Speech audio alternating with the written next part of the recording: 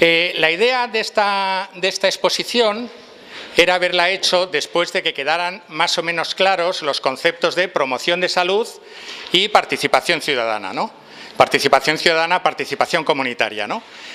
Y esta, la que iba a ser tercera, que es ahora segunda exposición, ¿alguien que me controle el tiempo, por favor? Tú.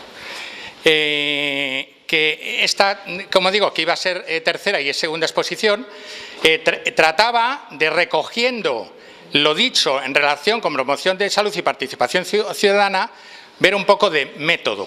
Es decir, vale, y ahora estas cosas, ¿cómo se hacen? ¿Cómo se llevan a la práctica? Es decir, y muy con los pies en la tierra, ¿cómo llevar a cabo un proceso de promoción y mejora del nivel de salud de una comunidad por medio de la participación ciudadana y la implicación de servicios e instituciones?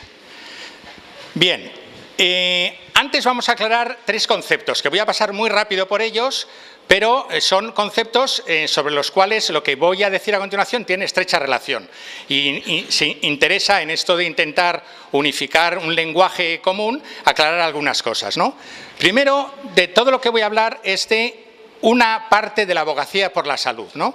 La abogacía por la salud es, como veis lo que dice ahí, es una combinación de acciones de todo tipo, individuales y sociales, grupales, destinadas a conseguir compromisos políticos, apoyo para políticas de la salud, aceptación social y apoyo de los sistemas para un determinado objetivo o programa de salud. Bien, de alguna manera, la abogacía por la salud es una de las estrategias fundamentales de la promoción de la salud. Y son actividades, acciones, como he dicho antes, adoptadas por individuos y grupos, con el fin de crear condiciones de vida que conduzcan a la salud y a la adquisición de estilos de vida sanos y que siempre buscan conseguir el compromiso de las instituciones en pro de la salud. Lo que uno podría decir, voy a intentar referirme ya siempre a Molina de Segura, lo que uno diría es todas aquellas acciones que van dirigidas a intentar que la salud esté en todas las políticas, en este caso municipales, pero también podríamos hablar de a nivel de la región de Murcia o a nivel nacional. Son acciones dirigidas a conseguir eso, ¿de acuerdo? Y de muchos tipos. Por ejemplo, podrían ser uso de medios informativos y los multimedia, movilización de la comunidad a través de grupos de presión, que se podrían poner muchos ejemplos, que instan, digamos, a las administraciones y a los poderes públicos a hacer abogacía por la salud, y acciones organizadas para mejorar un problema de salud. Yo me voy a referir sobre todo a esto en mi intervención, a cómo se hacen acciones organizadas para mejorar un problema de salud, intentando darle un enfoque práctico. ¿Vosotros os dejo ver o os estoy tapando? ¿Os dejo ver? Sí, se ve muy bien. Vale. Bien, entonces, en definitiva, de lo que yo voy a hablar es de acción comunitaria por la salud o para la salud, que son esfuerzos colectivos de las comunidades para incrementar su control sobre los determinantes de la salud, de lo que hubiera hablado antes Juan Luis Chillón, determinantes de la salud, y en consecuencia mejorar la salud. Bien, vamos a metodología. Vamos a ver, y vamos a empezar, bueno, a mí no me gusta dogmatizar o ser, digamos, decir, esto hay que hacerlo así y si no se hace así está mal hecho. No, me parece que en promoción de salud y en acciones comunitarias por la salud, no digo, por supuesto que no, que todo vale, no, pero que hay que adaptarse tanto a los medios, digamos, y al contexto de lo local, que yo creo que es un error decir, esto está mal y esto está bien, ¿no? Pero, hombre, obviamente el conocimiento científico que hay sobre promoción de salud y participación ciudadana por la salud, hay un conocimiento que hay que tratar de aprovechar, ¿no? Bien, este es un modelo que se ha utilizado muchísimo. Aquí yo he puesto, por ponerme, digamos yo, por acusarme, entre comillas, yo como profesional de un centro de salud, esto es una cosa que es muy habitual y que habitualmente es incorrecta. Es decir, hay un grupo, en este caso centros de salud, que se sienten un poco con conocimientos suficientes para decir lo que la población necesita, cuáles son sus problemas de salud y qué tipo de intervenciones hay que hacer, e intenta encontrar de aliados a los servicios sociales, a servicios educativos, pero aquí se podría poner a otros muchos, ¿de acuerdo? Y a la propia comunidad y decide intervenciones.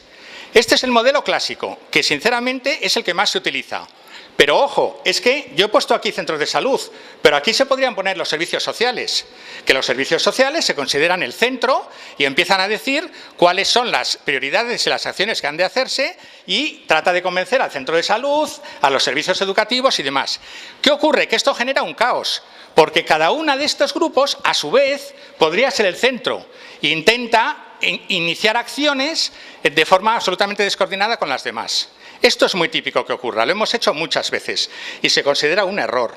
Se considera un error, o sea, hay que cambiar completamente este planteamiento en donde cada servicio se siente el centro, no por protagonismo, sino porque piensa que ellos son los que tienen que actuar y empiezan a tratar de convencer a todos. Pero claro, se llegan a dar situaciones de un mismo problema de salud que una asociación de ciudadanos, por otra parte un servicio local y por otra parte un servicio de ámbito regional, hacen programas para el mismo problema, de forma absolutamente descoordinada, y cada uno pide la cooperación del otro.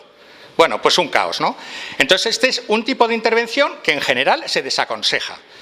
Recordando un poco lo que he dicho antes de que, bueno, no hay ciencia exacta, digamos, en promoción de salud y en acción comunitaria. Bien, este es un modelo muchísimo más razonable. ¿De acuerdo? Aquí donde se pone en el centro la propia comunidad, daros cuenta que aquí intencionadamente las flechas eran unidireccionales.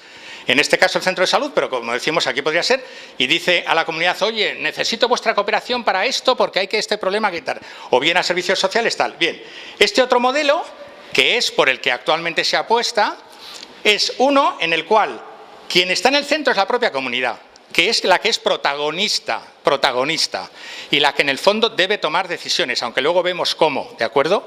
Porque esto no es, bueno, pues nada, pues un movimiento asambleario y decidimos que aquí el problema más importante de la salud de este municipio es tal, y vamos a movilizar a todos, ¿no? Pero por de pronto aquí en el centro está la comunidad. Y los demás están en función de eso, pero daros cuenta cómo las direcciones son bidireccionales, ¿de acuerdo? Es decir, se relacionan entre ellas, hay coordinación intersectorial. En el centro está la propia comunidad, la propia ciudadanía, y también la ciudadanía influye, no es solo receptora de programas, es protagonista y actúa sobre los demás servicios, ¿de acuerdo? Bien, este es el modelo, digamos, moderno, o que se considera eficaz, ¿de acuerdo? Porque el otro es bastante caótico, y no digo que no consiga resultados, pero pueden conseguirlos, pero siempre parciales y muy descoordinados, ¿no? Bien, seguimos con metodología. Tres premisas que los expertos y yo mismo consideramos que debe tener toda acción comunitaria en salud son estas tres cosas. Primero, imprescindible la participación ciudadana, imprescindible. Una premisa. Siguiente, cooperación intersectorial. No puede ser que cada sector vayamos cada uno por su cuenta. Servicios sociales por un lado, sanitarios por otro, educativos por otro, deportivos por otro, etc. Y tercero, alianza entre profesionales y ciudadanos. Alianza entre técnicos y ciudadanía. En ambas direcciones, ¿de acuerdo? Luego vamos a ver un poquitín esto.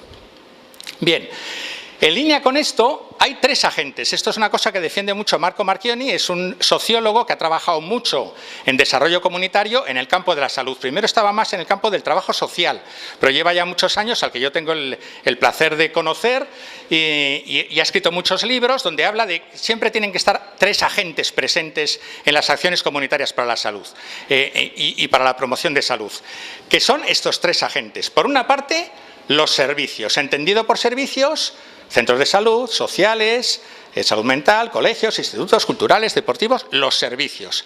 Vamos a decir los técnicos. Aquí estamos los profesionales, los técnicos. Por otra parte, las instituciones. Fundamental las instituciones, que también tiene técnicos, pero instituciones a nivel como institución, políticos, ¿de acuerdo? Fundamental que estén implicados.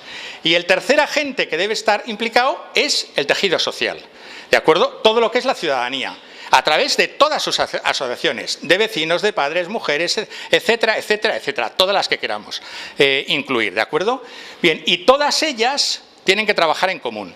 Entonces, una de las cosas que se considera como análisis de calidad de un proceso comunitario para mejorar la salud es, vamos a ver, ¿están implicados los tres agentes? No, falta uno. Ya no digamos si faltan dos y solo está presente uno, que es muy técnico, es muy frecuente, ¿eh? Por ejemplo, solo los servicios.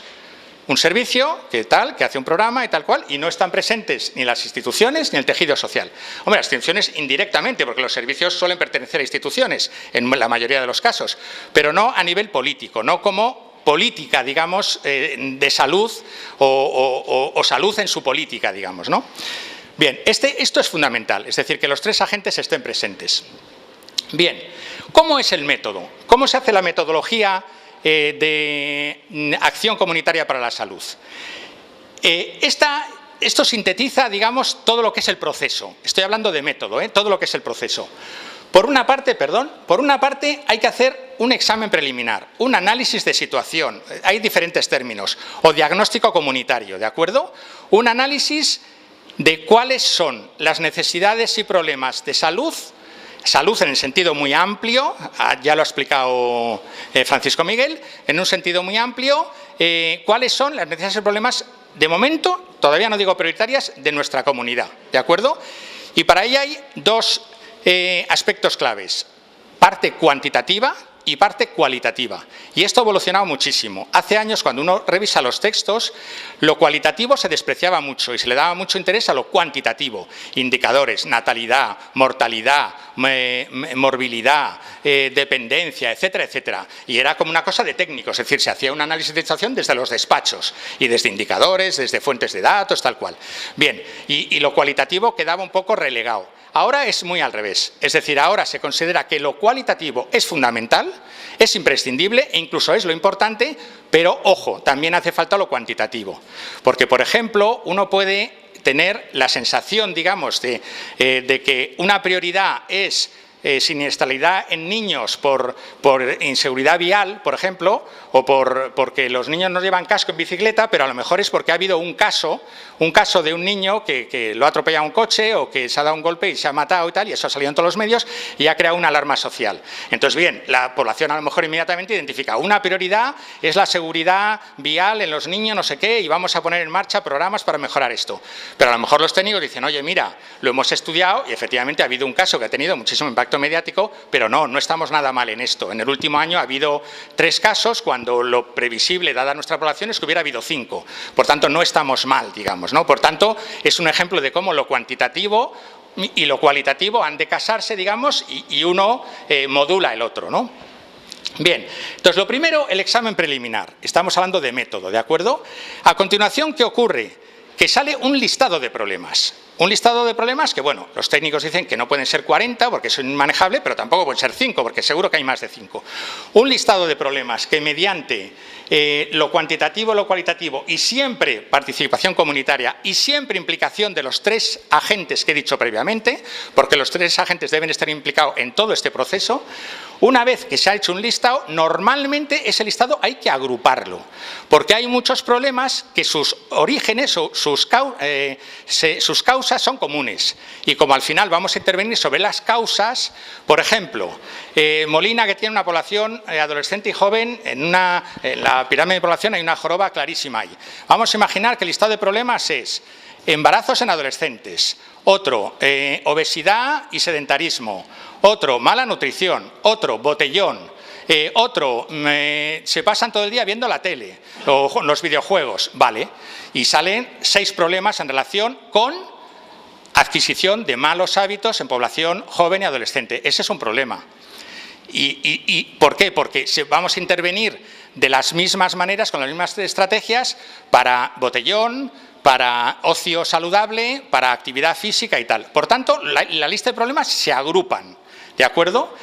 A continuación, fundamental, es la priorización. Y luego he puesto una diapositiva. Todo esto de verdad, en esta corta exposición me quedan 7, 8 minutos, ¿no? 8 minutos. En esta exposición he hecho el esfuerzo de pensar mucho en Molina, ¿de acuerdo? Porque luego vamos, al final, los últimos 3 minutos, voy a intentar poner muy los pies en la tierra y decir, nos tenemos que adaptar adaptar, digamos, al proceso tan interesante que se está dando en Molina, ¿no? Bien, entonces, la priorización es fundamental. ¿Por qué? Los recursos son limitados. Los recursos siempre son limitados. Claro que habría que hacer muchísimas cosas, hay que mejorar muchísimos problemas, pero los recursos son limitados y no digamos en esta época. No vamos a poder abordar 8 problemas de salud simultáneamente y todos a la vez. No va a haber recursos, pero no solo recursos económicos, sino capacidad de organización, de movilización, de coordinación de los 3 agentes que he dicho. No es posible, hay que priorizar. Vale, hay sistemas de priorización participativa que están perfectamente descritos, que se puede elegir, yo voy a poner luego un ejemplo, se puede poner uno u otro, hay que debatir de cuál se elige, que son participativos, pero que tienen un método, porque si no, ¿qué ocurre? Que cada uno, el problema que le afecta a él es el más importante, y si no se hace con método, el que tenga más capacidad de argumentación, más capacidad de presión, el que conozca más al concejal o la concejala de turno, se va a llevar el gato al agua. Y va a ser que el problema prioritario es este, porque el colectivo que lo percibe como importante tiene más fuerza.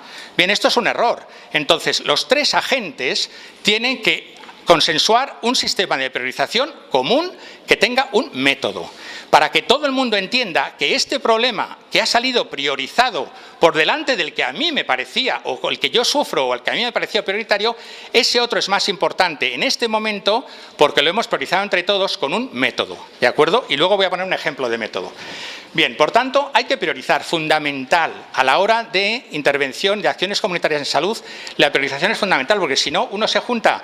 Yo os digo, yo he conocido experiencias de, al final, 15, en general se dice que entre 15 problemas y 25, que con 40 es muy difícil, pero claro, si se sacan 20 problemas, no, es imposible abordar los 20, ni 10.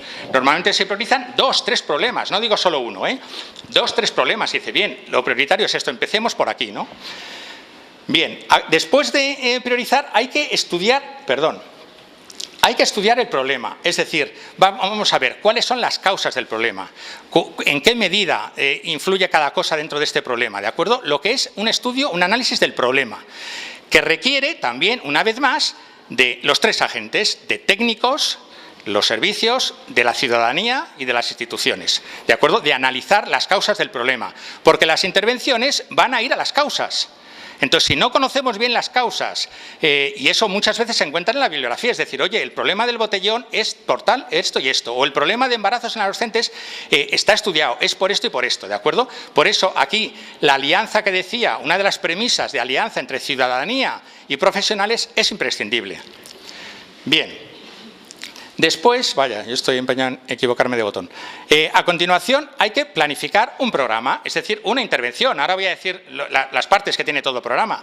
Hay que intervenir. Tenemos bien definido el problema, que puede tener subproblemas. Recordad lo que os he dicho, problema, generación de malos hábitos en población tal cual, pero ese problema consiste en sedentarismo, obesidad, mucho tiempo de ver la televisión, botellón, etcétera, etcétera, ¿no? Bien, entonces hay que hacer un programa, que ahora vemos un programa de salud comunitario para mejorar ese problema, ¿de acuerdo? A continuación, obviamente, hay que implementarlo, hay que ponerlo en marcha, y ese programa requiere de una vigilancia y una evaluación. Yo siempre recomiendo una comisión de seguimiento de tal problema, nuevamente con los 3 agentes. Los 3 agentes. Tiene que haber técnicos, tiene que haber ciudadanía y tienen que estar las instituciones. Porque la evaluación no es al cabo de 3 años a ver qué ha pasado. La evaluación es continua, la evaluación del proceso es fundamental en todas las intervenciones comunitarias. ¿De acuerdo? Y en función de la evaluación, hay un reexamen. Lo bueno de la intervención es que genera muchísima información, ya fiable, documentada, medible, que se puede ver la evolución del tiempo, porque todo programa requiere un sistema de información, unos registros básicos y tal, y en base a ese reexamen se vuelve a estudiar el problema. El problema se ha resuelto, bueno, resuelto desgraciadamente normalmente no, pero ha mejorado suficientemente bien, pues ya está, vayamos a otro problema. Todavía no, nos hemos equivocado, no hemos sido capaces de implementar acciones que se consideraban fundamentales, pues nuevamente se modifica el programa de salud comunitaria y se vuelve a implementar, etcétera, etcétera, ¿no? Bien. Métodos de priorización. Hay varios métodos, pero esto era un ejemplo de que, ¿verdad? Hay métodos para priorizar. No es el que argumente mejor, no es el que se lleve el gato al agua, no es el grupo que tenga más presión. Este es uno, pero hay más, ¿de acuerdo? Un método que dice cuál es la magnitud, cuál es la magnitud del problema, que hay expertos que dicen, esto hay discusiones sobre cómo puntúa, que se dice de 1 a 10, la magnitud es a cuánta gente le afecta el problema, así en resumen, es algo más, pero en 20 minutos es eso, magnitud. La trascendencia o gravedad del problema, es decir, no es lo mismo los piojos que afecta a muchísimos niños, pero la trascendencia de la gravedad es muy pequeña, ¿vale? Los piojos dan picor, tal, pero no pasa nada, que a un niño le atropelle un coche. Y dice, oye, no tienen que atropellar a 80 niños para que sea un problema, porque es que ha muerto el niño, ¿de acuerdo? Esa es la gravedad o la trascendencia del problema. Eso también puntúa de 1 a 10. La eficacia de las acciones para mejorarlo, vamos a ver, ¿tenemos medidas para mejorar ese problema o no? Porque si es un terremoto, por decir por casos, pues oye, no, es que un terremoto, pues efectivamente, hombre, podríamos cambiar la edificación de todos los edificios y tal, pero así a nivel local y tal, pues no, ¿no? Entonces, ¿hay medidas para mejorar el problema? Esto, los técnicos tienen cosas que decir. Dice, oye, pues sí, hay experiencias, las intervenciones eficaces son estas. Y a continuación, la factibilidad de las acciones, ¿vale? Porque si se puede hacer, pero cuesta un dineral, es imposible.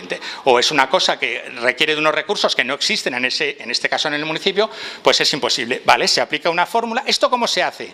Se explican perfectamente los métodos, o sea, qué quiere decir cada cosa. Se presenta el problema de forma asamblearia o un grupo de representantes o tal, puntúan, cada uno puntúa, se hace una media y se hace una fórmula, porque en este caso, claro, eficacia de las acciones, este ejemplo, si es muy poco eficaz, al multiplicar, porque veis que multiplica, pues disminuye, ¿de acuerdo? Y si es muy eficaz, oye, hay un método muy eficaz, pues al multiplicar por 1,5 aumenta un montón. Y además, si la factibilidad es muy alta, pues puntúa por 1 y dice, hombre, sí se puede, pero va a costar un dineral. Pues a lo mejor es 0,3, pero al multiplicar baja de prioridad. Entonces, se ve lo que sale, cada problema se puntúa de esta manera, de forma participativa, y luego sale algo. Bien, eso normalmente se le da una segunda vuelta, se dice, vamos a ver, ha salido esto, ¿qué nos parece? Se hace un debate tal cual y muchas veces pues dice, oye, mira, es muy raro que haya salido esto y casi todo el mundo, ¿por qué este ha salido el primero? Y se puede darle una segunda vuelta, ¿de acuerdo? Bueno, son métodos. Bien, ya voy acabando porque se acaba el tiempo. Los programas de salud comunitario, esa parte ya de la intervención, ya hemos identificado el problema, hemos conocido sus causas y hemos hecho el programa. Bien, tiene estas partes, todo programa, necesidad o problema que se quiere mejorar, obviamente, lo que justifica el programa, objetivos que quiere alcanzar, actividades a realizar, que las actividades deben implicar siempre qué hay que hacer, cómo se tiene que hacer, quién lo tiene que hacer y cuándo se ha de hacer. Y aquí es fundamental la coordinación. A continuación, organización y coordinación de todo eso, ejecución, implementación en palabra pedante y seguimiento y evaluación del programa. Vale, esto es un programa de salud comunitaria, ¿de acuerdo? Como parte de todo ese círculo que he presentado previamente, ¿no? Bien, y ya esto casi ya he acabado porque esto ya llegamos al debate, ¿no? O sea, al debate que ya es el tiempo de todos. Creo que me ha ajustado el tiempo, ¿no? Entonces, vamos a ver, todo esto, como sabéis, en Molina se está desarrollando un proceso de desarrollo del Estatuto de Participación Ciudadana, interesantísimo. Yo me alegro un montón y muchas gracias, José Antonio, por estar aquí, porque José Antonio yo diría que es el promotor, digamos, el impulsor o el líder, como, bueno, él me dice con la cabeza que no, yo creo que bastante sí. Entonces, hay aquí un proceso interesantísimo de desarrollo de la participación ciudadana, donde la Comisión de Salud Comunitaria, en cuanto supimos que esto estaba ocurriendo, nos leímos inmediatamente el estatuto, el reglamento y tal, y dijimos, que nosotros queremos estar ahí, en la Comisión de Salud Comunitaria. Y pedimos, y se nos aceptó, tanto por parte de Interbarrios, que era la que lideraba este proceso, como por parte del Ayuntamiento, que hubiera un representante de salud en cada una de las juntas de zona. ¿De acuerdo? Y entonces la Comisión de Salud Comunitaria ha propuesto personas y estamos participando personas de la Comisión en esto. Nuestro fin último es hacer abogacía por la salud, ¿de acuerdo? Y que las juntas de zona tengan claro que la ciudadanía tiene muchísimo que hacer para conseguir salud en todas las políticas municipales, ¿de acuerdo? Y para, de forma participativa, ver cómo desarrollamos, hacemos acciones comunitarias para la salud y programas de salud comunitario, ¿no? Y, como digo, intentando, porque para mí son las tres premisas: participación de la ciudadanía, protagonista y quien decide, técnicos que no deben coger nunca el protagonismo, nunca, y esto ocurre muchas veces, yo técnico, yo soy el que entiendo y por tanto el que digo lo que hay que hacer, gran error, Pero a mí me parece un gran error también no aprovechar la gran fortaleza que tienen los técnicos para socializar su conocimiento y ponerlo a disposición de la ciudadanía. Es decir, este conocimiento que tengo, uno como educador, otro como sanitario, otro como sociólogo, otro como trabajador social, lo pongo a vuestra disposición para colaborar con la propia ciudadanía y con el apoyo de las instituciones. Bueno, entonces, el debate, ya con esto he acabado, sería debatir cómo todo esto de lo que he hablado, digamos, podemos irlo introduciendo en todo este proceso de desarrollo de la participación ciudadana a través de las juntas de zona, ¿no? Y porque lo que la Comisión de Salud Comunitaria quiere es sumarse a ese proceso, ¿no? Y muchas gracias.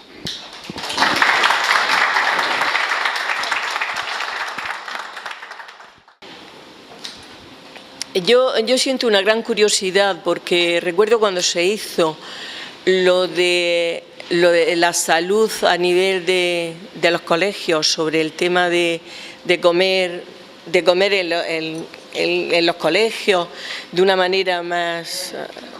Sí, comer escolar. Yo recuerdo, porque desde estaba yo en la guardería, fue muy interesante, ¿no? Y bien, pero ahora hay un sector que como a ese... Es decir, yo quiero preguntarlo porque siento gran curiosidad. Hay un sector de la población que es la gente mayor.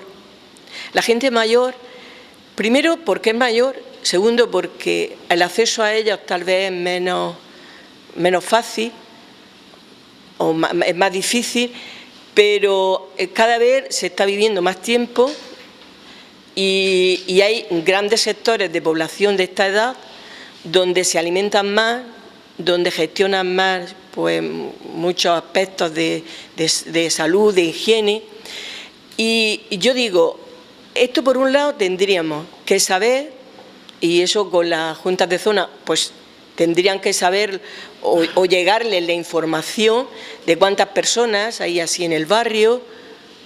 Ahí habría que hacer un trabajo en el que es complicado porque suelen estar en la casa metidos y a veces es difícil. No es lo mismo que los niños pues, que van al colegio y allí también hay un control y los padres a través de la participación de los padres.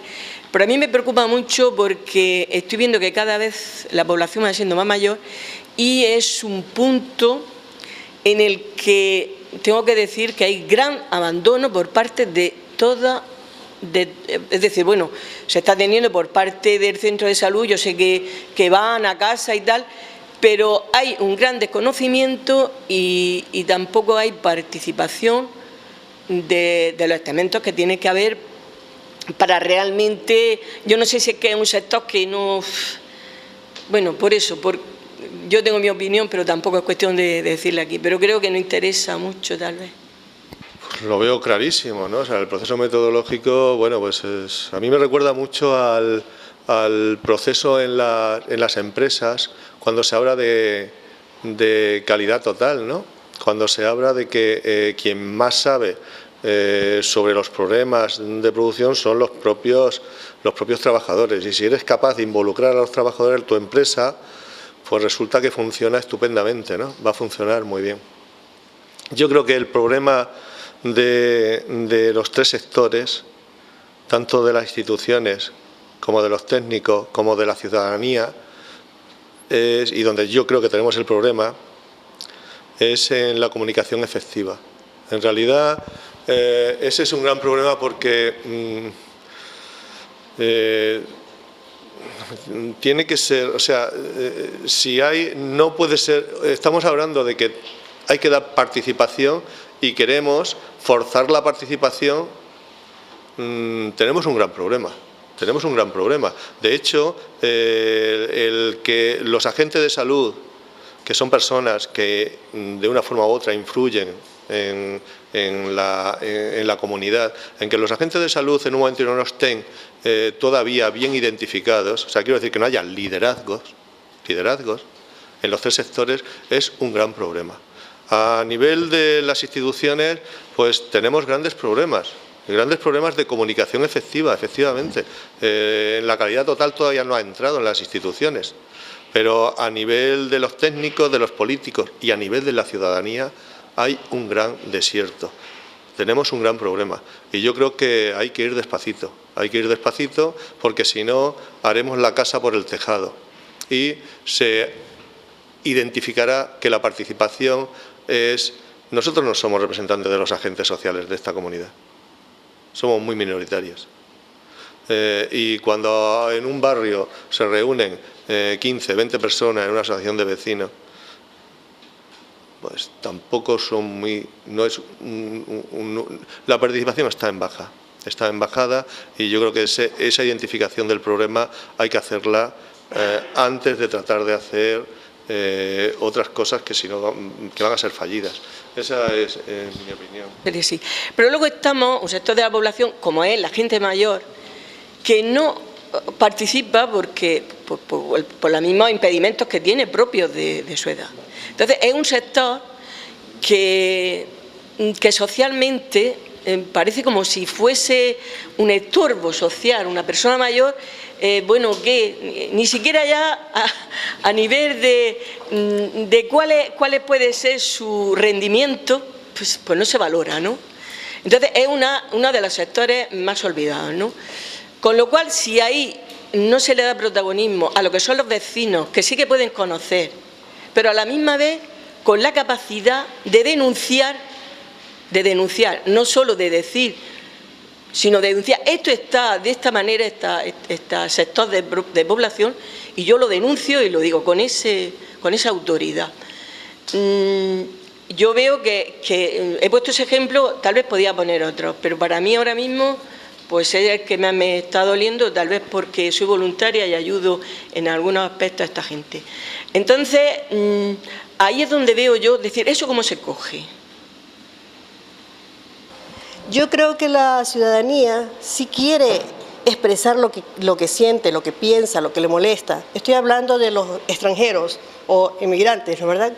Pero que muchas veces se siente como que si va a decir algo, la atención que se le vaya a dar, en vez de ser mejor, va a ir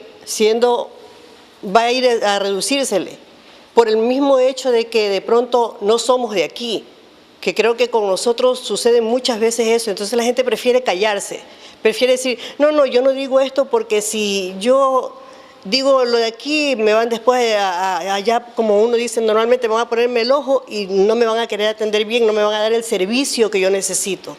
Entonces, por eso la gente se calla. Y sí sería muy importante de que cuando uno va a cualquiera de las instituciones, pues hay algún lugar en donde uno pueda venir y decir, si en ese momento no se le atiende bien, uno pueda decir, vea, no me están atendiendo bien, yo quiero decir esto y no me están escuchando. Porque muchas veces hasta hacen callar a la gente. Entonces, sí se está dando ese tipo de cosas. Entonces la gente dice, no, pues que si yo hablo de nada me sirve. Entonces, ¿qué es lo que hacen? Cogen, se dan una media vuelta y así sepa que tienen algún problema, pues prefieren callarse e irse a otro lugar. ¿A quejarse a quién? De pronto a los mismos compatriotas que estamos aquí, o muchas veces ahí diciendo sus cosas y uno le dice, pero ¿por qué usted no reclama? No, es que no reclamo, porque si reclamo las cosas van a ir a peor. Entonces yo pienso que por eso es que la gente no trata de decir lo que siente, lo que piensa, lo que le molesta. Creo que es un recurso fácil, te hablo desde mi sección que es la educación. Es un recurso fácil que cogen los extranjeros en el entorno que nos estamos moviendo, de que se sienten marginados o se les trata mal. Es posible que algún caso se dé, pero aisladamente como se da en cualquier sociedad, no específicamente para ser representativo. Yo creo que es más bien problema de lenguaje, problema de códigos. O sea, hay mucha gente, extranjeros, que vienen con códigos diferentes, lógicos, por su cultura y su costumbre. Problema que tenemos nosotros. Usted llega tarde todos los días al colegio, le está perjudicando a su hijo y nos enfadamos como profesores. El otro se puede enfadar y decir, oiga, pues si solo he llegado media hora tarde, pero si eso en mi país es hasta normal. O falto 2 días a la semana que no voy al colegio y no está enfermo el niño, porque se le da menos valor a esa asistencia. Y nosotros decimos, si usted no viene, está quitando el puesto a otro niño. Y entonces, con códigos diferentes, puede ser que se sientan mal. Pero generalmente, en el entorno que yo conozco, y el bien de la sanidad, salvo algún caso que habrá sin duda, pero no representativo, es un poco una excusa que hay también para decir, es que como soy extranjero no me van a atender o tal. Pero creo que en nuestro entorno eso no se está dando de forma significativa. no quiere decir que haya algún caso que realmente se haga, ¿eh? Pronto usted en el lugar en donde ha estado pues no ha percibido, y no solamente porque somos extranjeros, o sea, no es que porque soy extranjera me van a tratar mal, porque yo pienso que si como extranjera yo también en mi país, si me sé desenvolver, si sé buscar en donde tenga la necesidad para que me solucionen algo, pues lo voy a hacer también aquí y me voy a mover en un lugar, en otro para preguntar, pero no siempre toda la gente tiene esas habilidades como para venir y ir, bueno, si necesito ir a este sector, me voy a ir a ese sector a preguntar, o me voy a ir a donde tal persona a preguntar. Entonces a veces van a algún lugar y le dicen no, o le dicen una grosería y ya está. Entonces no siempre se escuchan a la gente, no siempre se escuchan. Y no solamente pasa esto en la salud, porque en los colegios es igual. O sea, hay en muchos lugares en los que se sienten estas cosas, y yo sí siempre he ido, porque yo tengo a mi hija que está en un colegio, entonces si hay algún inconveniente yo voy, hablo con el profesor y si tengo que hablar con el director, pues hablo con el director. Pero no siempre toda la gente hace eso. Entonces a veces sí se necesita que alguien esté ahí que le ayude. Bueno, si usted tiene este inconveniente, pues usted tiene que ir a donde esta persona para que le solucionen. Y no solo porque somos extranjeros. Bueno, yo soy pediatra de atención primaria, pero bueno, yo estoy aquí y he querido venir como ciudadano, como residente en Molina de Segura. El problema principal de todo lo que estamos hablando es un problema formativo, no solo desde nuestro nivel sanitario, que realmente a nosotros no se nos forma para saber tener habilidades comunicativas con nuestros pacientes, no se nos forma en eso en nuestra formación médica, no ha sido clásicamente una cosa en la que se pensara que fuera importante, pero tampoco tenemos esa formación como ciudadanos en cómo se ha hablado aquí, algo de habilidades sociales para hacerse entender, para participar en la comunidad. No se nos ha formado desde que éramos infantes hasta nuestra edad en eso, y eso supone una limitación en cualquier actividad que se quiera hacer a nivel comunitario, y cambiar eso supone cambiar nuestro tipo de sociedad. Parece una cosa muy grande, pero es que si no cambiamos nuestro tipo de sociedad va a ser muy difícil que como ciudadanos participemos en el cambio de las políticas que tienen relación con nuestra salud. Yo sí soy de los que creo que realmente nuestra función es muy poca como determinante de la calidad de vida de la población en general, y que hay que intervenir en una serie de eso, como se ha visto en el gráfico, que exceden totalmente del ámbito sanitario, incluso educativo. Es lo que es en sí la política, pero política con mayúsculas. Es imposible que haya grupos de la población, se ha hablado de las personas mayores, ha hablado de las personas inmigrantes, personas que están en riesgo de exclusión social. A esas personas no les llegan las campañas de participación o de promoción de la salud. Hay que conseguir que esas personas, que realmente son a lo mejor las que tendrían problemas, que a la hora de categorizarlos serían los primeros por magnitud, por frecuencia, que pudieran hablar, que hay una parte de la población que no tiene voz. Hay que llegar a esa población. Tiene que haber una conciliación de la vida familiar con la vida laboral. Eso es importantísimo para todos. Para poder estar aquí, algunos hemos tenido que hacer algunas cosas a nivel familiar que implican un gran costo en tiempo, en recursos. No está pensada nuestra vida para que participemos, realmente también porque los que deciden nuestra vida a nivel global tampoco les ha interesado mucho que nosotros decidamos lo que queremos que seamos.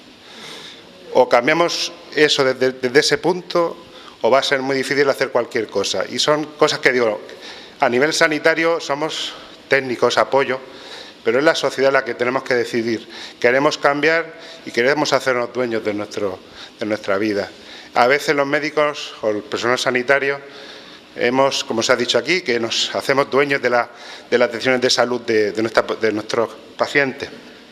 Pero es que también muchas veces la población está deseando en delegar en nosotros. A mí no me explique usted nada, dígame lo que tengo que hacer, que yo no quiero. Exactamente. Entonces, eso también depende de nosotros. Nosotros tenemos que hacer una parte, decir, oye, está claro que nosotros no somos lo más importante en la calidad de vida y el estado de salud de la población, pero también es la población la que tiene que tomar ese liderazgo, porque si lo dejamos nosotros y nadie lo coge, realmente no se va a cambiar nada. Pero por lo menos sí que quiero, aprovechando lo que dices, que creo que lleva muchísima razón, Lo primero que necesitamos antes de nada, a mi entender, es sentirnos propietarios de nuestra vida, que creo que en muchos aspectos parece que somos delegados. Es decir, la responsabilidad de nuestra vida parece que la tienen los médicos, los maestros, los políticos, los economistas, los jefes, es decir, y vivimos de delegados de nuestra propia vida. Yo creo que el primer proceso para la participación comunitaria y para la demanda de la formación, cuando uno, es decir, en las parcelas que somos propietarios, nos cuidamos. Pongo un ejemplo, el campo que no pertenece a nadie es el campo de las aficiones. Y al que le gusta las macetas, pues le hace bonsái y como no sabe, pues busca y aprende, se forma y hace bonsái. Pero todo viene a terminar en el campo de las aficiones. Pero en el campo de las cosas sustanciales no tenemos formación, pero es que además no tenemos ni siquiera conciencia de reclamarla, porque parece que eso es lo que me dan, lo que me dan en la escuela, lo que me dan en la política, lo que me dan en la participación ciudadana desde arriba. Es decir, y en ese sentido pienso que el primer paso para formarnos, para defender derechos, para participar, el primero es tener sentido de que yo soy dueño de mí. Y que hasta que eso no llegue, yo no voy a tener la misma necesidad, igual que la tengo para lo que me gusta, para la actividad recreativa, la debo tener para todos los aspectos de mi vida. Y en ese momento, en cuanto yo sea el responsable de mi vida, empezaré a reclamar que se respete esa responsabilidad y esa propiedad. Es un poco por completar la idea que tú estabas apuntando, el sentido de la propiedad de mí mismo. Vamos a ver, habéis dicho dos que serían quizás dos problemas de ese listado de problemas, digamos, ¿no? Problema de personas mayores en situación de dependencia o en situación de riesgo y dificultad de acceso a los servicios públicos por parte de los extranjeros. Probablemente en una identificación de problemas esos dos saldrían enunciados, digamos. No sé si prioritarios o no, pero saldrían enunciados. Y falta de comunicación efectiva, como dice Frami.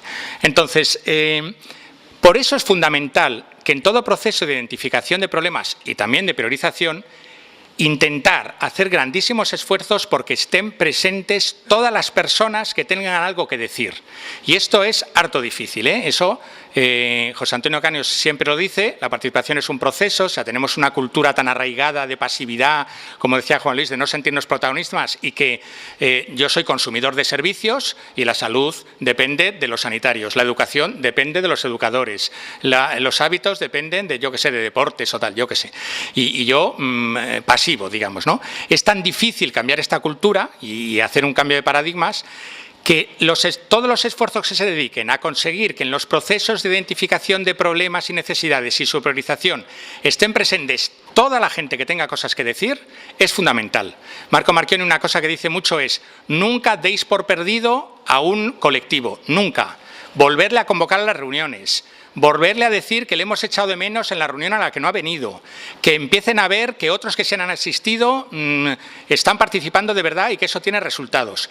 Entonces, ¿qué ocurre? Porque, ojo, puede ocurrir que haya algún problema que probablemente fuera prioritario, pero como el que lo sufre no está presente, y eso puede ocurrir especialmente en población extranjera, no está presente, no se identifica como problema. Porque además los datos, la parte de datos cuantitativos, hay falta de información en muchísimas cosas. No pensemos que por la suma de datos cuantitativos van a salir los problemas, van a salir algunos problemas, pero otros muchos se van a quedar fuera, ¿no? Entonces, por eso es fundamental dedicar infinitas energías a tratar de conseguir que participen los mayores colectivos posibles, ¿no? Y como digo, nunca darlos por perdidos, porque la excusa es no, se les convocó pero no vienen.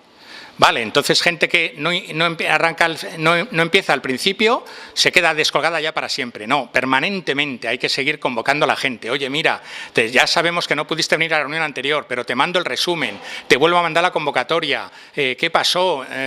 ¿Te vienen mal estos días? ¿Cuándo podrías acudir? Etcétera, etcétera. Evidentemente esto es un gran esfuerzo por la gente que estamos, por la movilización y la participación, ¿no? Y yo creo que aquí las instituciones tienen muchísimo que decir, de implicarse en estas, digamos, abogacía por la salud, ¿no? Y bueno, que serían dos problemas que habría que poner en ese listado y ver, ¿no? Yo lo enunciaría así: dificultad de accesibilidad a servicios públicos de población extranjera. Bueno, pues habría que ver, habría que sondear si son casos aislados, como dice Felipe, o no, o hay un sentir de que no son tan aislados, etcétera, etcétera, ¿no?